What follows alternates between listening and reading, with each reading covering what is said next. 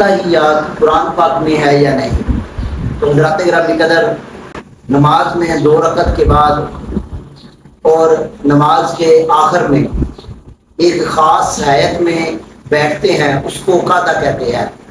فرض، واجب اور سنت مؤکدہ نماز میں پہلا قاعدہ واجب ہے اور دوسرا قاعدہ فرض ہے،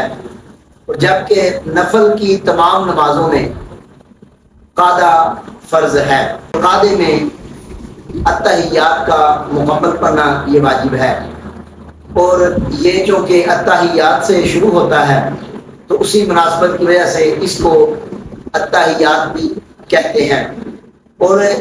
اس کا جو آخری کلمہ ہے، حصہ ہے، وہ شہادت پہ مکمل ہوتا ہے، تو اس کی مناسبت کی وجہ سے اس کو تشہد بھی کہتے ہیں۔ صحیح بخاری اور صحیح مسلم میں آتا ہے کہ حضرت عبداللہ بن مسعود رضی اللہ تعالیٰ عنہ روایت کرتے ہیں کہ سرکار دو عالم صلی اللہ علیہ وآلہ وسلم نے میرا ہاتھ پکڑ کر اپنے دونوں ہاتھوں میں لیا اور مجھے اسی اہمیت کے ساتھ مجھے تشہد کی تعلیم دی جس اہمیت کے ساتھ آپ ہمیں قرآن پاک کی کسی سورت کی تعلیم دیا کرتے تھے۔ لہذا جس طرح سرکار دو عالم صلی اللہ علیہ وآلہ وسلم نے ہمیں اتحیات مکمل کروائی، پڑھائی، سکھائی، اسی طرح ہم سرکار دو عالم صلی اللہ علیہ وسلم کے نقش قدم پہ آج تک چلتے آ رہے ہیں۔ اور اتحیات اگرچہ قرآن پاک میں صراحت کے ساتھ اس کا حکم واضح نہیں ہے، لیکن صاحب قرآن سرکار دو عالم صلی اللہ علیہ وآلہ وسلم نے ایسا کر کے صحابہ کو اس کی تعلیم بھی فرمائی کہ جس طرح مجھے آپ نماز پڑھتے، عبادت کرتے دیکھ رہے ہیں، اسی طریقے پر آپ نے عبادت کرنی ہے۔ سرکار دو عالم صلی اللہ علیہ وسلم کے طریقے پر چلتے ہوئے آج تک پوری امت مسلمہ سرکار دو عالم کے نماز کے طریقے پر قائم ہے۔ اور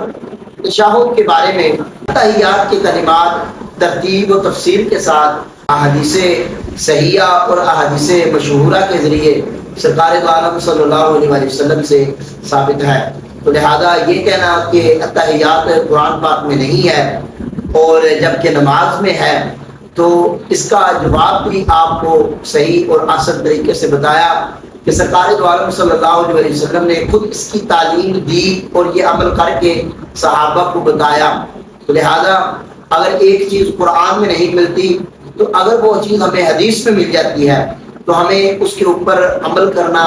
اتنا ہی فرض اور واجب ہے جتنا ہمیں قرآن میں کوئی چیز مل جائے تو اس پہ عمل کرنا واجب ہے، کیونکہ سرکار دو عالم صلی اللہ علیہ وسلم صاحب قرآن ہے اور شاعر اسلام ہے، اور سرکار کا جو بھی عمل ہوگا وہ ہمارے لیے حجت اور ہم پہ فرض ہوگا، جس کے بارے میں سرکار دو عالم صلی اللہ علیہ وسلم حکم فرمائیں گے۔